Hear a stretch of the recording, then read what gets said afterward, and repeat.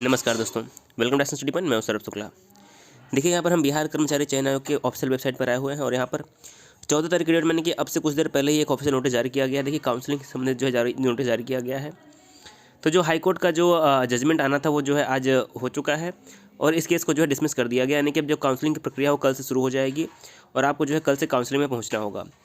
तो देखिए, उसी के रिमाइंडर यहाँ पर दिया गया कि reminder for counselling of advertisement number first inter level combined competitive examination 2014। तो देखिए, इसके काउंसलिंग के लिए रिमाइंडर दिया गया है। देखिए, इसमें हम ये पूरी बात जानने वाले हैं और प्रपत्र 1 को कैसे भरना है ये भी इस वीडियो में पूरा विस्तार जानने वाले, ताकि वहाँ पर जो है कोई गलती जो है आपसे ना हो। तो देखिए, यहाँ पर PDF डाउनलोड हो गया। लिखा है क्या कि विज्ञापन संख्या 06060-114 की काउंसलिंग हेतु योग्य पाए गए अभ्यर्थियों को पूर्व में दी गई सूचना जो कि 7 तारीख को दी गई थी, उसका जो है रिमाइंडर ये है आपका। और ये 14/12/2021 यानी कि अब से कुछ देर पहले प्रकाशित किया गया। तो देखिए, इसमें क्या लिखा है कि विज्ञापन संख्या 06060-114 प्रथम इंटर स्तरीय संयुक्त प्रतियोगिता परीक्षा 2014 की काउंसलिंग हेतु योग्य पाए गए 14,410 अभ्यर्थियों की काउंसलिंग दिनांक 14/12/2021 से 24/12/2021 तक निर्धारित की गई है, जिसका विस्तृत कार्यक्रम आवश्यक सूचना ज्ञापांक दिनांक 7/12/2021 द्वारा आयोग की वेबसाइट पर प्रदर्शित है।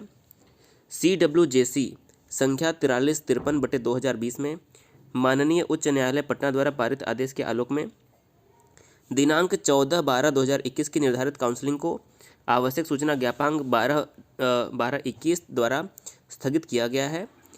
तो दिनांक 14/12/21 की स्थगित काउंसलिंग हेतु नई तिथि जो है शीघ्र सूचित की जाएगी। देखिए, अब आपका जो है काउंसलिंग की प्रक्रिया दोबारा शुरू होगी और जो 14 तारीख का काउंसलिंग कैंसिल हुआ था उसके लिए जो है शीघ्र ही नया डेट जारी किया जाएगा और 14 तारीख वाले जो काउंसलिंग है वो भी जल्द ही जो है पूरी करवा ली जाएगी। और इसके अलावा देखिए आगे क्या लिखा है कि दिनांक 15/12/2021 से 24/12/2021 तक की काउंसलिंग पूर्व निर्धारित कार्यक्रम के अनुसार आयोजित की जाएगी। अभ्यर्थियों को निर्देश दिया जाता है कि आयोग की आवश्यक सूचना ज्ञापांक दिनांक 7/12/21 द्वारा प्रदर्शित कार्यक्रम के आलोक में काउंसलिंग में भाग लेना सुनिश्चित करेंगे और अद्यतन सूचना है तो आयोग की वेबसाइट का अवलोकन करते रहना है। और आज का रेट यहाँ पर जो है लिखा हुआ है। तो देखिए, जो आपका काउंसलिंग का पूरा योजना था 15 से लेकर 24 तक जो है, 14 तारीख को बस छोड़ दीजिए। तो 15 से 24 तक लगातार काउंसलिंग आपकी चलती रहेगी पूर्व निर्धारित कार्यक्रम के अनुसार। और जो 14 तारीख का कैंसिल हुआ था काउंसलिंग, उसके लिए भी जो है जल्द आपका नोटिस जारी करके इसकी काउंसलिंग में जो है पूरी अब करवाई जाएगी। तो देखिए, ये 7 तारीख की नोटिस है जो 7/12/2021 को आई थी काउंसलिंग की नोटिस। तो यहाँ पर दिया गया कि आपको जो है AN कॉलेज पटना में काउंसलिंग के लिए पहुँचना है। और देखिए, काउंसलिंग के लिए अभ्यर्थियों को समय से 1 घंटा पहले पहुंचना जो है अनिवार्य है। यहाँ पर जो है सुनिश्चित करना जरूरी है। अब देखिए, क्या क्या आपको सावधानी रखनी है, डॉक्यूमेंट कैसे कैसे ले जाने हैं, प्रपत्र 1 कैसे कैसे भरना है। लेकिन देखिए, यहाँ पर आपकी जो एक अभी मांग थी कि जो नॉन क्रीमी लेयर यानी कि जो NCL है, नॉन क्रीमी लेयर, और जो अलग अलग सर्टिफिकेट हैं 2014 और 2016 के ये मांगे जा रहे हैं, इसमें देखिए अभी भी कोई इस मांग को आयोग ने नहीं माना है।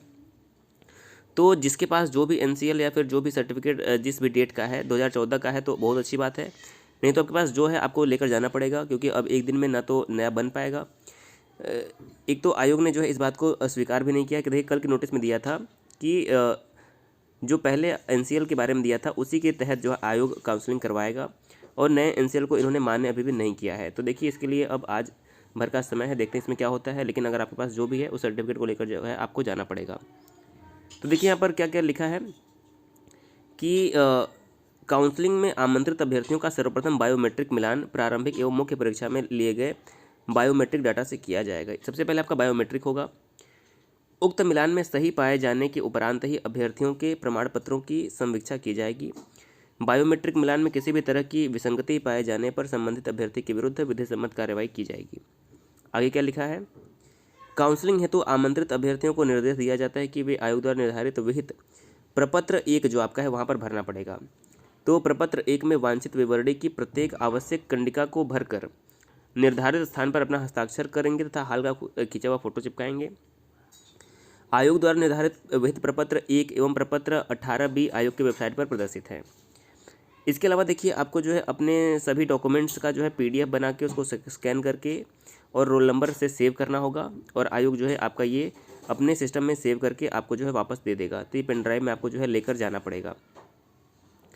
इसके अलावा देखिए क्या क्या करना है कि अभ्यर्थी अपने निम्नांकित प्रमाण पत्रों की मूल प्रति, 100 अभिप्रमाणित प्रति, छाया प्रति के जो है अरेंज करके 3 सेट में उपलब्ध कराना सुनिश्चित करेंगे। तो देखिए पहला क्या है, फोटो पूर्ण रूप से भरा हुआ निर्धारित स्थान पर हस्ताक्षरित एवं चिपका हुआ फोटोयुक्त प्रपत्र 1। देखिए प्रपत्र 1 के बारे में भी हम बात करने वाले हैं क्योंकि ये सबसे इंपॉर्टेंट है।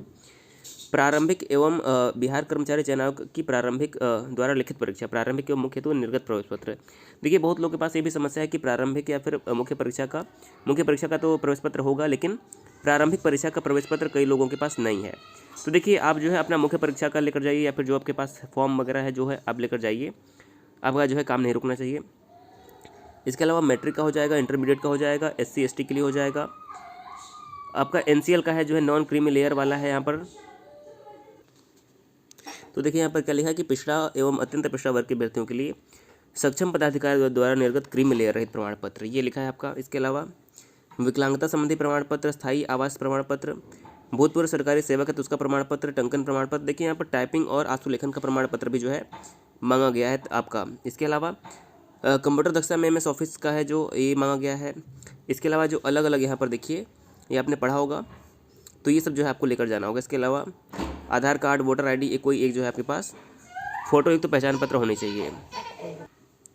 अब देखिए यहाँ पर जो समस्या सबसे बड़ी आ रही थी कि ये जो प्रमाण पत्र मांगे गए हैं, देखिए ऊपर क्या लिखा है कि प्रकाशित विज्ञापन के आलोक में शैक्षणिक तकनीकी वांछनीय योग्यता संबंधी प्रमाण पत्र आवेदन प्राप्त करने की अंतिम तिथि यानी कि 31/10/2014 तक का ही मान्य होगा। और सब छात्रों की समस्या देखिए यही है, क्योंकि जो ये सब प्रमाण पत्र 2014 तक के ही मान्य रहेंगे।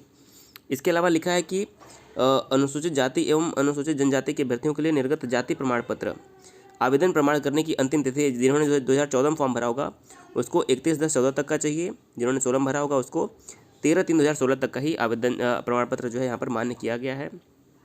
और पिछड़ा एवं अत्यंत पिछड़ा वर्ग के अभ्यर्थियों के लिए जो क्रीमी लेयर रहित प्रमाण पत्र है ये भी जो है 31/10/14 और 13/3/16 तक को ही जो मान्य किया गया है। और इसी के जो है विरोध में छात्र धरना प्रदर्शन कर रहे थे, लेकिन अभी तक जो है उनकी बातों को नहीं माना गया है। लेकिन अब देखिए कल से काउंसलिंग है तो कल आपको जाना ही पड़ेगा। तो आपके पास जो भी डॉक्यूमेंट्स हैं आप जो है लेकर जाइए, क्योंकि अब आपके पास अगर अब जो है आयोग अपने फैसले को नहीं बदलेगा, ये आप जो है बात समझ रहे होंगे। अब देखिए हम बात करते हैं कि प्रपत्र 1 कैसे भरना है, क्योंकि ये आपको भर के ले जाना होगा, तो इसको आप ज़रूर ध्यान से देख लीजिए। देखिए सबसे पहले आपको प्रारंभिक परीक्षा का यहाँ पर अनुक्रमांक लिखना होगा, मुख्य परीक्षा का अनुक्रमांक यहाँ पर लिखना है, अपना नाम, पिता का नाम, गृह जिला, राज्य, मोबाइल नंबर, ईमेल, ये तो सामान्य चीज़ें हैं। रंगीन फोटो स्व प्रमाणित का मतलब है आपका यहाँ पर सिग्नेचर जो है होना चाहिए। इसके अलावा डेट ऑफ बर्थ यहाँ पर लिखना है आपको।